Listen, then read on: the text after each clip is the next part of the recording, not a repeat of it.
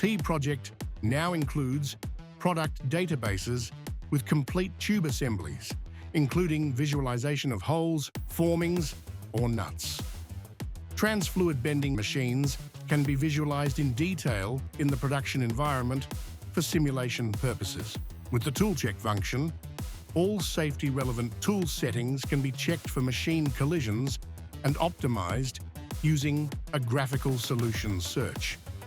There is also complete offline programming of all machine functions, including special equipment, including optimization and simulation of all processes in the machine, known as the digital twin.